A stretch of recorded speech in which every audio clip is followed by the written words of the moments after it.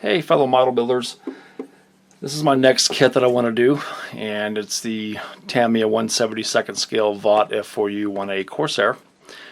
And the Corsair is one of my favorite airplanes of all time, and I just remember growing up and watching Black Sheep Squadron, and the fact that this just had such an interesting shape with the gull wings, and it really was an extremely powerful aircraft, and some consider it even today as still the best fighter ever developed in World War II.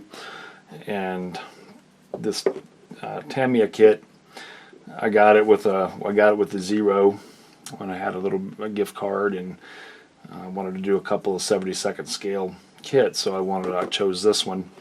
I built a Revell 1/48 scale Corsair as my first kit coming back into the hobby after about 30 years of not building a kit.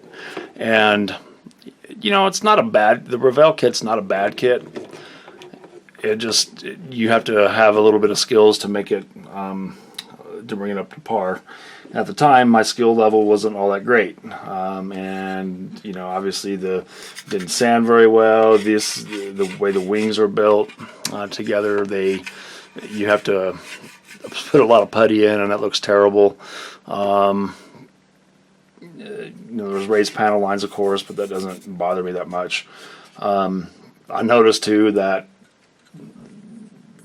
on the Revell kits, they often put the part numbers on the parts themselves, and of course I didn't sand those off, so you got part numbers on the doors. So I had a blast building it, but I want to do another one and start applying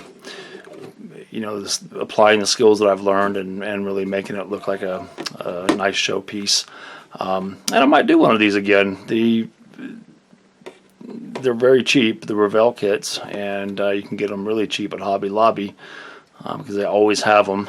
And might consider some different markings, but I'll put that aside for now. But let's take a look on this one. They give you 3 different markings. The first 2 you see are Marine Fighter Squadrons. This one is VMF 111, the Devil Dogs, based in the Gilbert Islands, September 1944.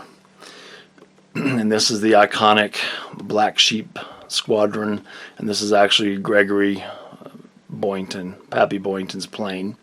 So that's one option. The other option is a Navy Corsair, and of course you can see right there that is the Jolly Rogers. And this particular plane was one of the Navy aces, and I'll get his name here in a minute. Okay, but most of the Corsairs that operated in World War II, most of them were land-based, but there were several Navy-based, carrier-based Corsairs as well. So let's take a look at the box. Let's see what we got inside. We got decals.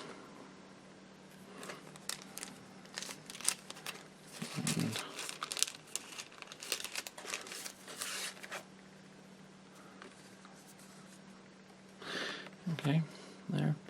These don't look as thick and glossy as the ones I had for my Zero, and so looks like these might go down pretty well. So let's put those aside.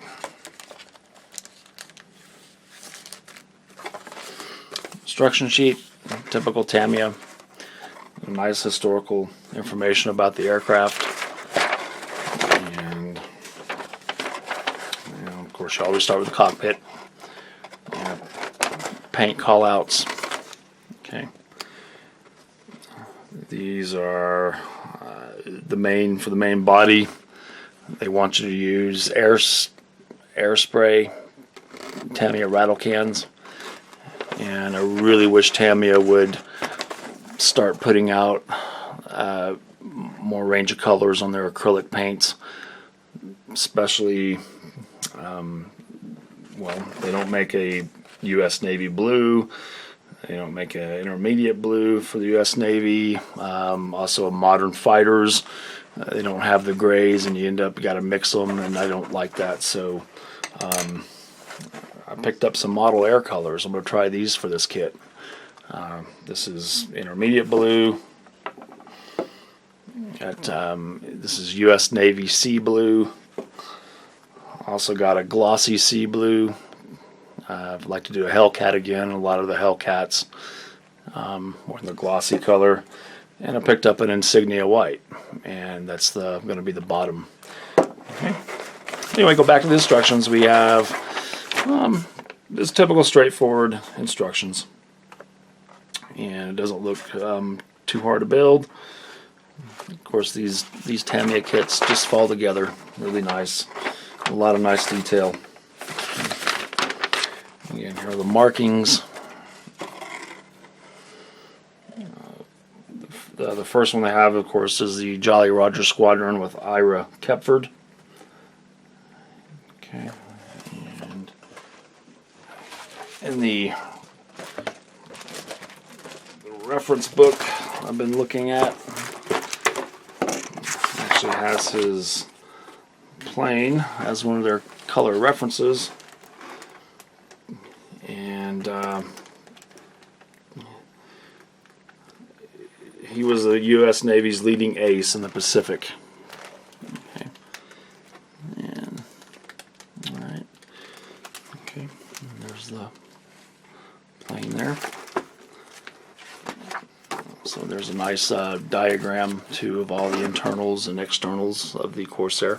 It's not a bad book to have, as it's called American Warplanes of World War II.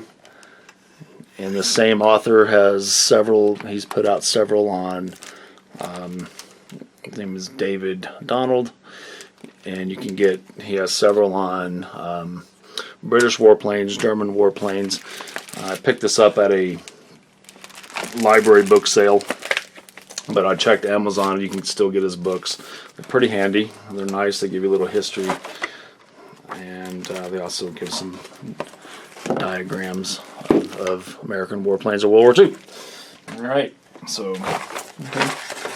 So back to the instructions. So we got the Jolly Rogers, the Devil Dogs, and then this one is Major Gregory Boynton.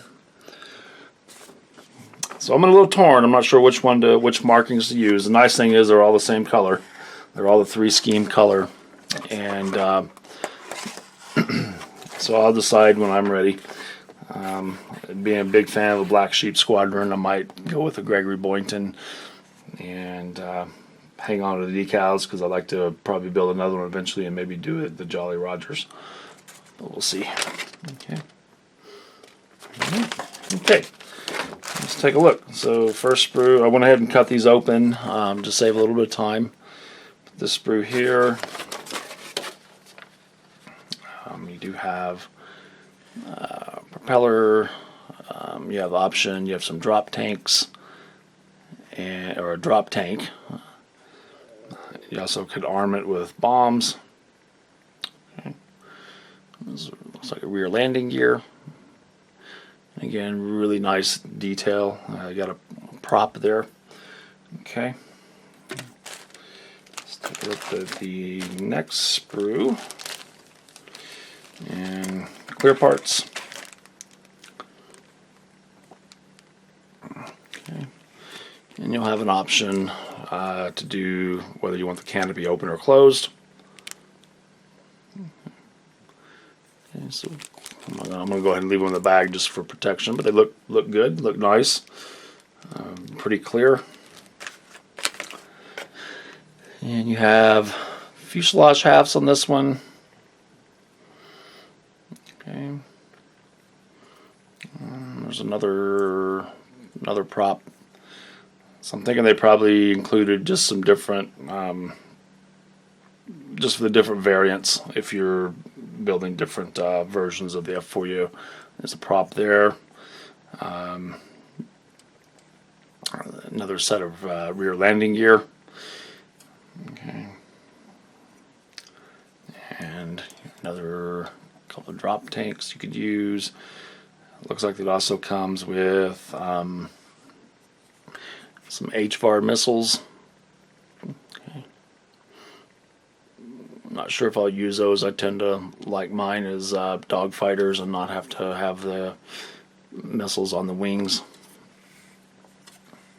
Okay, you can see a little bit of the detail inside.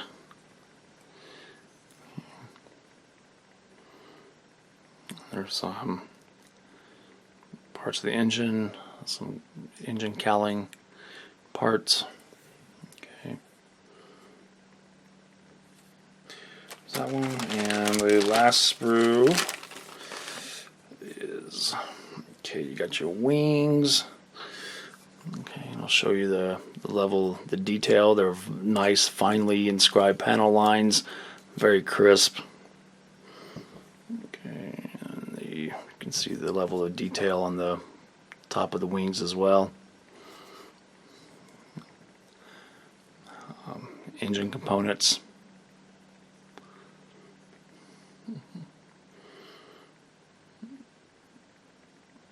Okay, looks like part of the cockpit.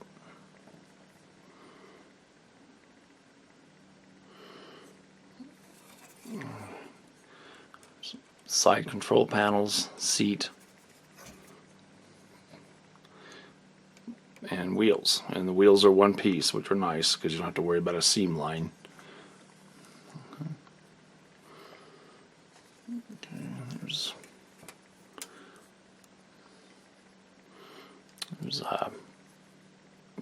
front of the engine. There's your intake vents. Intake vents for the turbocharger and oil coolers inside the wings. And all right, looks like a very nice, crisp piece of plastic. So it's going to be fun to build.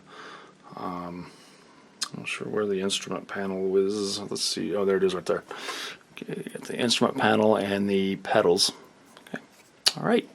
Okay, so I'm going to go and get started on it and get the cockpit built up and maybe some sub-assemblies put together like the wings and drop tanks, and just start going at it. So thank you guys, and I'll do a next video to show where my progress is. Thank you.